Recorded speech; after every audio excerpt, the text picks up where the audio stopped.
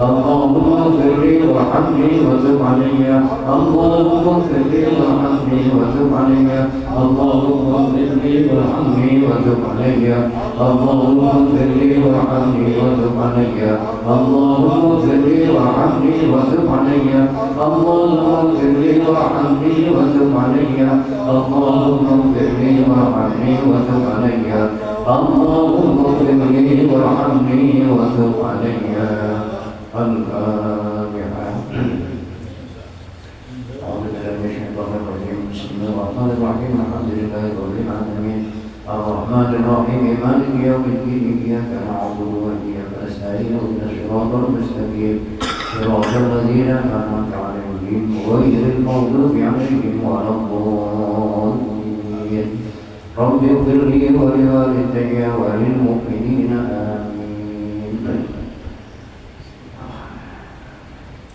Bismillahirrahmanirrahim. Assalamualaikum warahmatullahi wabarakatuh.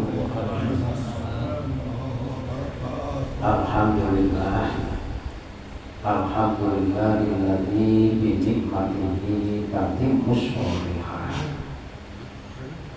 Asyhadu an la ilaha illallah wahdahu la syarika lah. Wa asyhadu anna Muhammadan abduhu wa rasuluhu la nabiyya ba'dah. Allahumma shalli ala sayyidina wa maulana Muhammad wa ala alihi wa ashabihi wa man tabi'ahu ila yaumil qiyamah. Amma ba'du faqad qala Allah ta'ala fi kitabihir rahman. A'udzu billahi minasyaitonir rajim. Al-malu wal banuna zinatul hayatid dunya wal baqiyatus sholihatun inda rabbika sawaban wa khairun amala. Wa qala Nabi sallallahu alaihi wasallam, man hafadha ala sholawati kanat lahu nuran wa burhanan wa najatan yaumal qiyamah.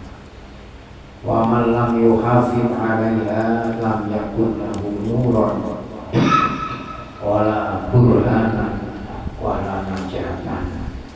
Wa kana yaumal qiyamati ma'a Qarun wa Fir'aun wa Haman wa Ubay bin Khalaf.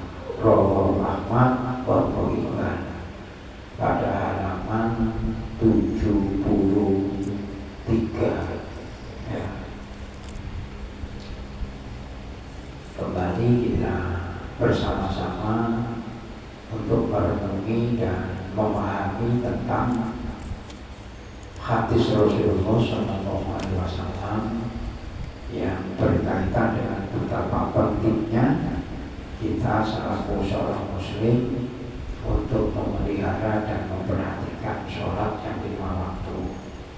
Sebab itu dinyatakan oleh Nabi sebagai bukti kita.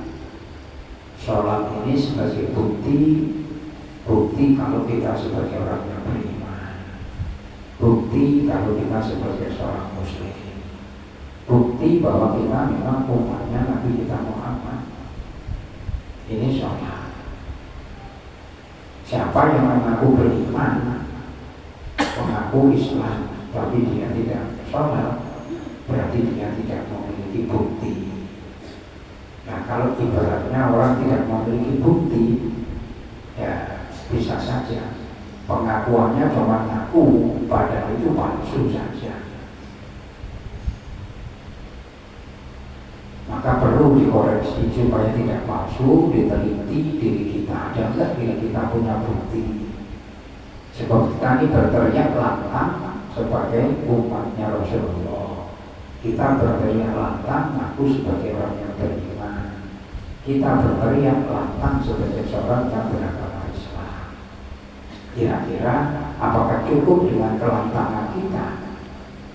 Sementara kita tidak mampu menunjukkan bukti kita sebagai seorang yang beriman, bukti kita sebagai seorang Islam. Maka kita bersyukur diberikan pertolongan oleh Allah Subhanahu wa Ta'ala untuk kita sama-sama bisa menunjukkan bukti kita sebagai orang yang beriman. Bukti kita sebagai seorang muslim, yakni dengan menjalankan sholat yang 5 waktu. Nah, ini kita jaga. Semuanya didasari hanya karena Allah Subhanahu wa Ta'ala. Itulah yang nanti dikatakan oleh Allah itu wal baqiyatus sholihatu inda rabbika khairun sampai seterusnya. Itu surat Al-Kahfi ayat yang ke-46. Nanti bisa dilihat. Al-malu wal banuna zinatul hayatid dunya wal baqiyatus sholihatun inda rabbika sawaban wa khairun amala. Harta-harta yang ada pada diri kita yang kita berupaya siang malam, mohon maaf ujar bahasa tidak mengenal waktu mencari harta, anak kita perhatikan, kita cukupi segala-galanya keperluan hidup dunia. Semuanya itu kata Allah adalah perhiasan di dunia. Kalau kita tidak mampu menggunakan untuk amilus sholihah, maka harta digunakan untuk bagaimana bisa membawa diri kita untuk amilus sholihah. Anak juga masa itu lalu muncul apa yang dikatakan oleh Nabi itu waladin sholihin yad'ulah. Ini penting. Bagaimana anak kita nanti kita lepas dalam keadaan dia sudah dewasa, dirinya sudah mampu mengerjakan sholat yang 5 waktu, karena itu menjadi tanggung jawabnya. Kalau kita jadi orang tua tetapi anak tidak kita perhatikan tentang tanggung jawabnya terhadap sholat yang 5 waktu, dan itu menjadi beban hukum yang harus dipertanggungjawabkan karena sudah dalam keadaan mukallaf, sudah balik, sementara tidak bisa mengerjakan sholat. Orang tuanya kita tidak mendidik, tidak mengajari, tidak mempersiapkannya. Apakah kita tidak tergolong orang yang diminta telah tanggung jawab oleh Allah Subhanahu wa Ta'ala? Ini maka penting bagi kita untuk menelaah ini supaya kita betul-betul tidak tergolong orang-orang yang masuk dalam kelompok yang nanti oleh Allah kata Nabi dikumpulkan bersama-sama dengan Fir'aun, dikumpulkan oleh Allah bersama-sama dengan Qarun, dikumpulkan sama-sama dengan Perdana Menterinya siapa? Fir'aun kan? Haman yang diperintah untuk membuat apa namanya? Kayak piramid itu. Nah, itu untuk Mesir itu supaya bisa melihat Tuhan. Makanya pada saat dialognya itu mau melihat Tuhan di atas.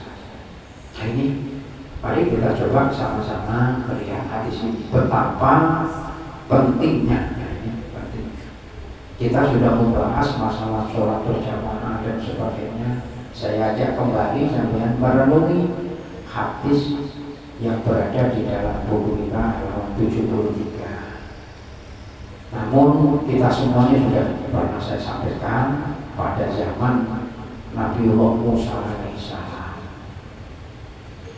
Ada seorang perempuan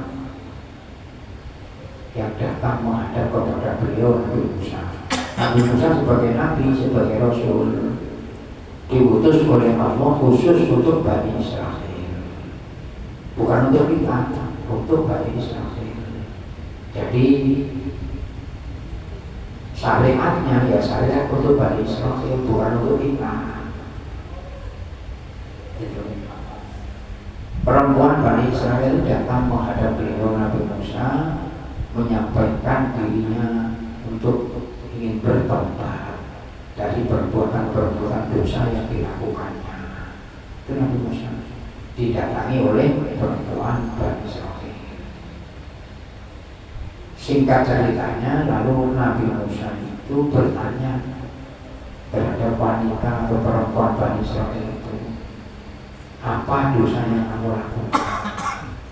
Nah, sudah saya ceritakan dan saya coba mengulang supaya hadis ini nanti kita lebih paham berulang kali penting. sehingga kita tidak bosan-bosan untuk memperhatikan anak kita.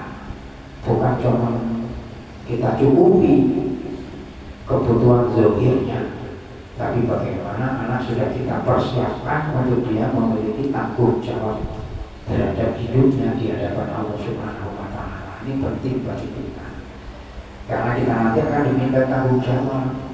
Kullukum ra'in wa kullu ra'in mas'ulun an ra'iyati. Kita semuanya itu pemimpin. Kalau kita sebagai kepala rumah tangga memimpin rumah tangga kita, kalau kita sebagai orang tua kita memimpin anak-anak kita, kan? Dan itu merupakan tanggung jawab kita yang kelak akan kita bertanggung jawabkan di hadapan Allah Subhanahu wa Ta'ala. Mudah-mudahan dalam rumah tangga kita semuanya senantiasa kita diberikan oleh Allah hidayah dan inayah, sehingga keluarga kita menjadi keluarga yang sakinah, keluarga yang diridhoi oleh Allah Subhanahu wa Ta'ala. Lalu perempuan Bani Israil tadi menjawab, saya telah melakukan perbuatan zina. Dari akibat zina itu saya hamil. Ketika saya selesai melahirkan, anak yang saya lahirkan itu saya bunuh. Bayangkan,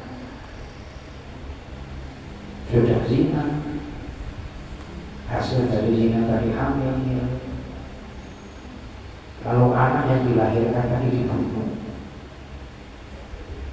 Nabi Musa mendengar penuturan perempuan Bani Israil ini murka, marah. Pada Nabi, pada Rasul itu bedanya Nabi Musa dengan Rasulullah itu. Nabi Musa marah lalu mengusir perempuan itu, diusir dengan semua kata-kata. Jangan nanti muncul azab akibat perbuatan itu Nabi Musa. Sementara perempuan tadi itu datang betul-betul ingin bertobat untuk memohon ampun atas dosanya. Nah, kita kembali kepada Al-Quran surah An-Nisa ayat yang ke-116. Itu innallaha la yaghfiru an yushraka bihi wa yaghfiru ma duna dzalika liman yasha wa man yusyrik billahi faqad dhalla dhalalan ba'ida. Allah itu sanggup untuk mengampuni dosa apa saja, asal tidak dosa mensekutukan terhadap Allah dengan yang lainnya. Kan begitu. Nabi Musa didatangi perempuan yang Bani Israil mengadu untuk bertobat, untuk memohon ampun atas dosa-dosa yang dilakukan, perbuatan yang dilakukan. Setelah disampaikan, diusir. Perempuan tadi meninggalkan Nabi Musa dalam keadaan menangis, dalam keadaan penuh kesedihan, karena kepingin bertobat, ingin mohon ampun, datang kepada Nabi dan Rasulullah, tidak diberikan jalan, tapi justru diusir. Pada saat perempuan tadi meninggalkan Nabi Musa ini, lalu Nabi Musa didatangi oleh malaikat Jibril atas perintah Allah. Malaikat Jibril diperintahkan oleh Allah menanyakan kepada Musa terhadap masalah yang perempuan tadi. Setelah ditanyakan, dijawab oleh Nabi Musa mulai A sampai Z. Setelah dijawab, lalu malaikat Jibril bertanya, apakah kamu tidak mengetahui ada dosa yang lebih besar daripada itu? Dosa zina, dosa yang membunuh tadi. Bukan bermakna Islam membolehkan zina, membolehkan membunuh, tidak. Itu dosanya dosa besar. Tapi sebesar apapun dosanya manusia, asal tidak mensekutukan Allah, dia bertobat memohon ampun, diampuni oleh Allah. Maka kita husnuzon bahwa Allah itu Maha Pengampun. Bukan bermakna kita kalau begitu bebas berbuat dosa. Kalau kita bebas berbuat dosa berarti kita sudah menyepelekan. Jadi beda lagi. Nah, ini masalahnya. Nah, ini mari kita coba supaya kita paham bagaimana Sa'labah itu sampai sampai menjadi orang yang dibalik hatinya menjadi kufur, mati dalam keadaan suul khotimah karena dia menyelesaikan dan mengalihkan diri terhadap hukum Allah.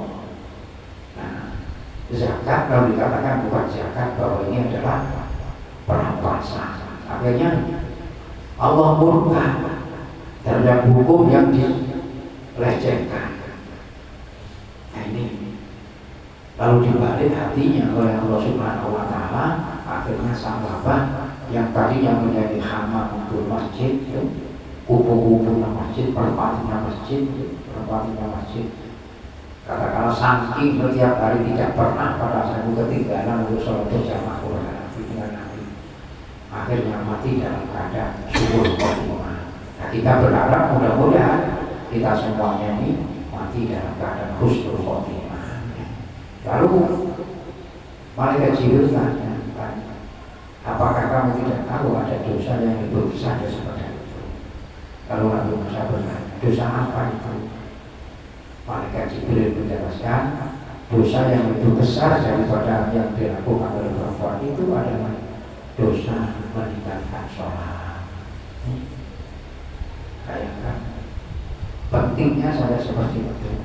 Nah, orang yang diwajibkan sholat itu adalah orang yang sudah mengucapkan 2 kalimat syahadat. Nah itu orang mualaf baru masuk Islam, belum ngerti, belum bisa bacaan sholat, dia baru mengucapkan 2 kalimat syahadat.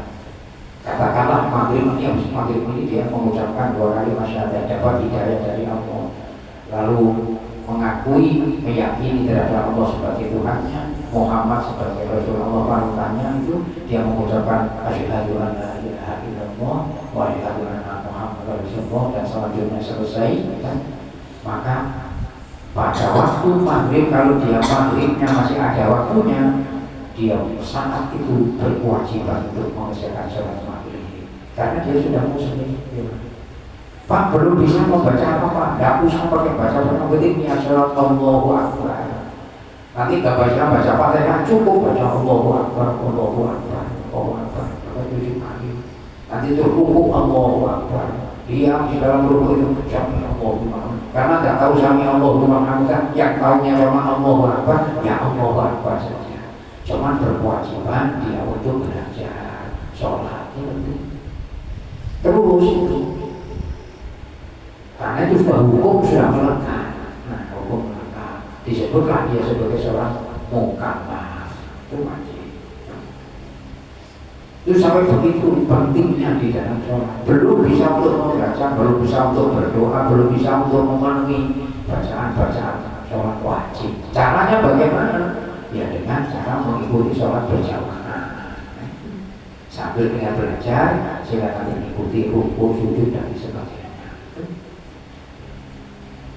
Nah, sini disebutkan hadis Nabi yang diriwayatkan oleh Imam Ahmad dan Ibnu Hibban, bahwa Rasulullah memberitahu kepada kita, man hafadhu ala sholawati kanat lahu nuron wa burhanan wa najatan.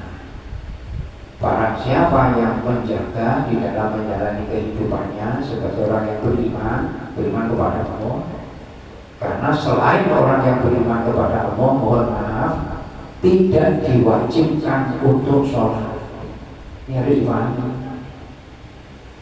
Mohon maaf, di Indonesia ada berbagai macam agama, ada 6 agama. Jangan menuntut orang Kristen untuk sholat 5 waktu. Jangan menuntut orang Hindu untuk sholat 5 waktu. Jangan menuntut orang Buddha untuk melakukan sholat 5 waktu. Karena mereka tidak mendapatkan kewajiban untuk melakukan sholat 5 waktu. Yang mendapatkan kewajiban untuk menegakkan sholat 5 waktu adalah orang yang sudah asyhadu an la ilaha illallah wa asyhadu anna Muhammadar Rasulullah. Kewajibannya orang yang selain yang sudah mengucapkan asyhadu an la ilaha illallah wa asyhadu anna Muhammadar Rasulullah itu kewajibannya adalah meluruskan imannya. tauhid kepada Allah. Itu kewajibannya. Nah, kalau dia tidak meluruskan tauhidnya tadi, maka dosa-dosanya tidak bakalan diampuni oleh Allah. Maka sampai dan saya tidak diperkenankan dalam agama untuk mendoakan agar mendapatkan ampunan atas dosanya. Kan beda lagi. Sampean bertetangga, bermasyarakat, punya teman sampean orang kafir, bahasanya sekarang non muslim, ya, meninggal, maka sampean tidak boleh untuk mendoakan mudah-mudahan dosanya diampuni oleh Allah. Tidak boleh. Nah, ini diingati. Lalu bagaimana kalau kita mendengar berita bahwa teman kita, katakanlah umpama di seberang sama di seberang, teman kita bukan Islam, lalu dia meninggal, bolehkah kita mengucapkan inna lillahi wa inna ilaihi raji'un? Nah, ini kan sebuah pertanyaan, boleh apa tidak? Mengucapkan inna lillahi wa inna ilaihi raji'un itu bukan doa, tapi itu kalimat tarjih, menyatakan diri bahwa sesungguhnya diri kita ini miliknya Allah dan semuanya pasti bakal kembali kepada Allah. Jadi kalau ada orang non muslim meninggal, kita bunyi inna lillahi wa inna ilaihi raji'un, secara hukum tidak menjadi salah, boleh. Tapi ketika kita mudah-mudahan dosanya diampuni oleh Allah, nah biasanya di HP itu banyak mengucapkan yang meninggal bukan beragama Islam, lalu mudah-mudahan dia dalam keadaan diampuni dosanya, matinya husnul khotimah, karena macam-macam itu. Hati tidak dibolehkan. Nah, ini hati-hati. Itu punya kedua, karena apa? Berpatokan daripada firman Allah tadi. Allah tidak bakal mengampuni terhadap orang yang mensekutukannya. Kita sebagai orang mukmin, orang muslim harus meyakini betul-betul bahwa selain orang yang mengakui bahwa Allah sebagai Tuhannya, itu tergolong orang yang mengakui ada Tuhan selain Allah. Maka di sini kuatkan iman kita. Tapi masalah hubungan kita terhadap manusia wajib untuk saling menghormati. Begitu masalahnya. Dijaga. Nah, di sini dikatakan oleh Nabi, siapa yang di dalam dirinya menyatakan sebagai orang yang beriman, lalu keimanannya itu dibuktikan dengan menjaga perintah dari yang diimani. Nah, sholat itu adalah perintahnya dari Allah yang disampaikan lewat Rasulnya Muhammad SAW untuk kita. Siapa yang menjaga hidupnya itu dengan memelihara, menjaga terhadap sholat yang 5 waktu itu, maka kata Nabi, kanat lahu nurun wa burhanan wa najatan. Maka sholatnya kelak akan menjadi cahaya penerang buat dia. Jadi sholat yang saya lakukan ini dijadikan oleh Allah penunjuk sampai tidak akan tersesat akibat sholat. Maka sholat ini adalah untuk kita, bukan untuk Allah. Sholat untuk kita. Jadi kalau kita mau perhatikan sholat, berarti kita memperhatikan kepentingan untuk kita sendiri. Siapa yang mengabaikan sholat, berarti dia tidak memperhatikan kepentingan dan keperluan dirinya di hadapan Allah Subhanahu wa Ta'ala. Aman kan itu sudah? Jadi tinggal bagaimana kita mensikapinya. Ini hadisnya yang demikian. Jadi tidak gampang kita bekerja lupa waktu dan lain sebagainya sehingga kita meninggalkan sholat. Ini juga hal-hal yang perlu untuk kita perhatikan dalam kehidupan kita. Sementara tadi Al-Afi ayat 46 mengingatkan al-malu wal banuna zinatul hayatid dunya. Itu hanya perhiasan-perhiasan dunia. Oleh karena diingatkan jangan sampai kita dalam menjalani hidup kalah dengan urusan masalah dunia. Yang paling tidak harus keseimbangan. Dalam Quran disebutkan itu wabtaghi fima ataakallahu darul akhirah wa la tansa nasibaka minad dunya Wa ahsin kama ahsanallahu ilaik wa la tabghil fasada fil ardh innallaha la yuhibbul mufsidin. Jadi kita jaga, kita di dunia penting perlu untuk kepentingan apa yang ada kita di dunia ini. Kita upaya dalam rangka membuktikan amal soleh hebat kita bagaimana untuk mencari dunia. Jadi bentuk amal itu lalu di situ diterangkan syariatnya Allah, ini benar atau tidak, ini salah atau tidak. Turunnya sholat ayat tentang masalah bagaimana untuk menjadi orang yang adil dalam penjualan jual beli. Wailul lil mutaffifin alladzina idza kanu 'alan nasi yastawfun wa idza kaluhum aw wazanahum yukhsirun.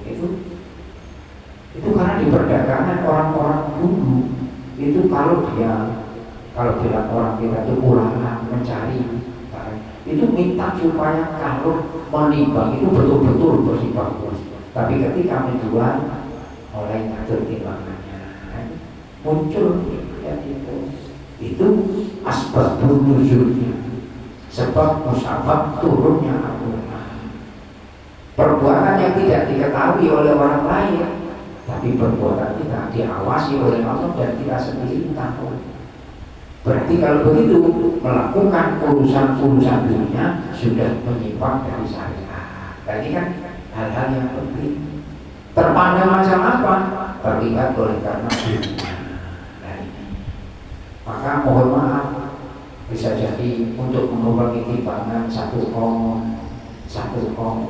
umpamanya. Kalau 1 kilo itu ditimbang itu dikurangi 1 om.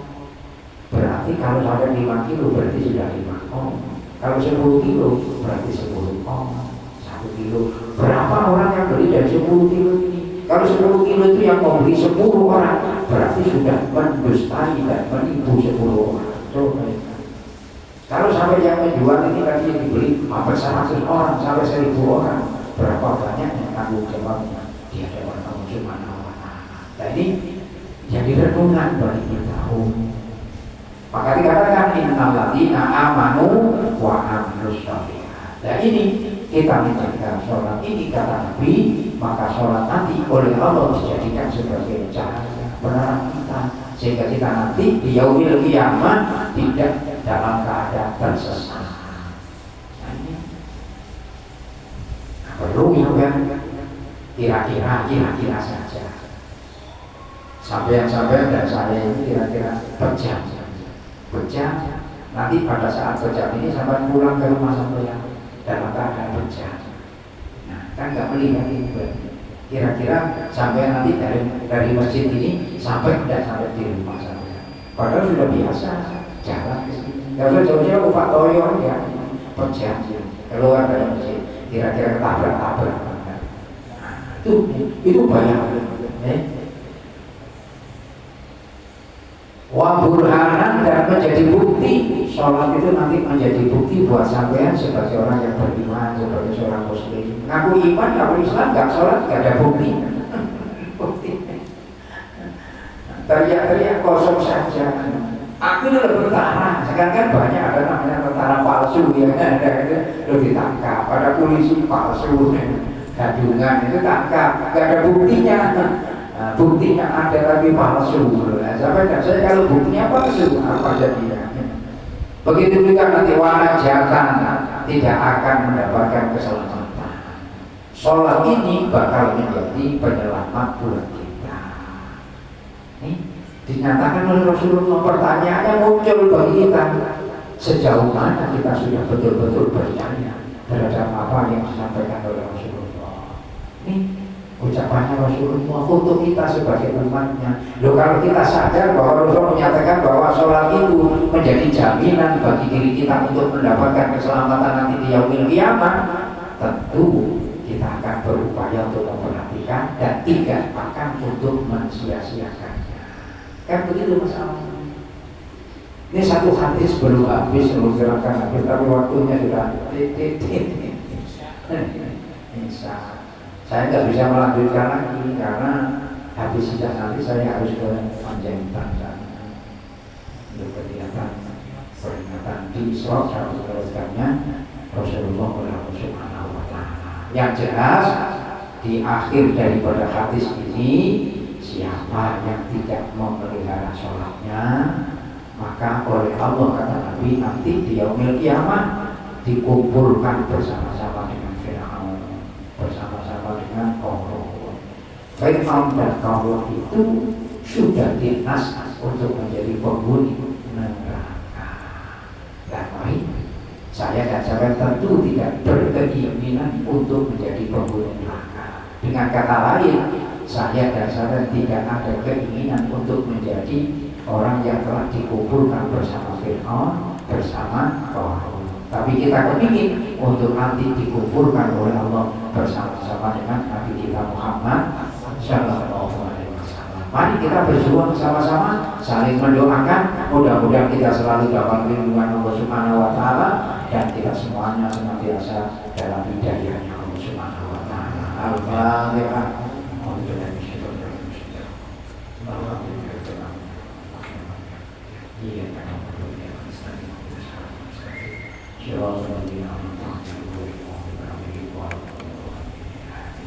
Amin ya rabbal alamin. Bismillahirrahmanirrahim. Allahumma shalli ala sayyidina Muhammad wa ala ali sayyidina Muhammad. Alhamdulillahirabbil alamin. Allahumma inna nas'aluka ilman nafi'an wa 'amalan mutaqabbalan wa yaqinan shadiqan wa rizqan wasi'an halalan tayyiban mubarakan bi rahmatika ya arhamar rahimin. Walhamdulillahirabbil alamin. Kita tutup bersama dengan membaca doa kafaratul majlis.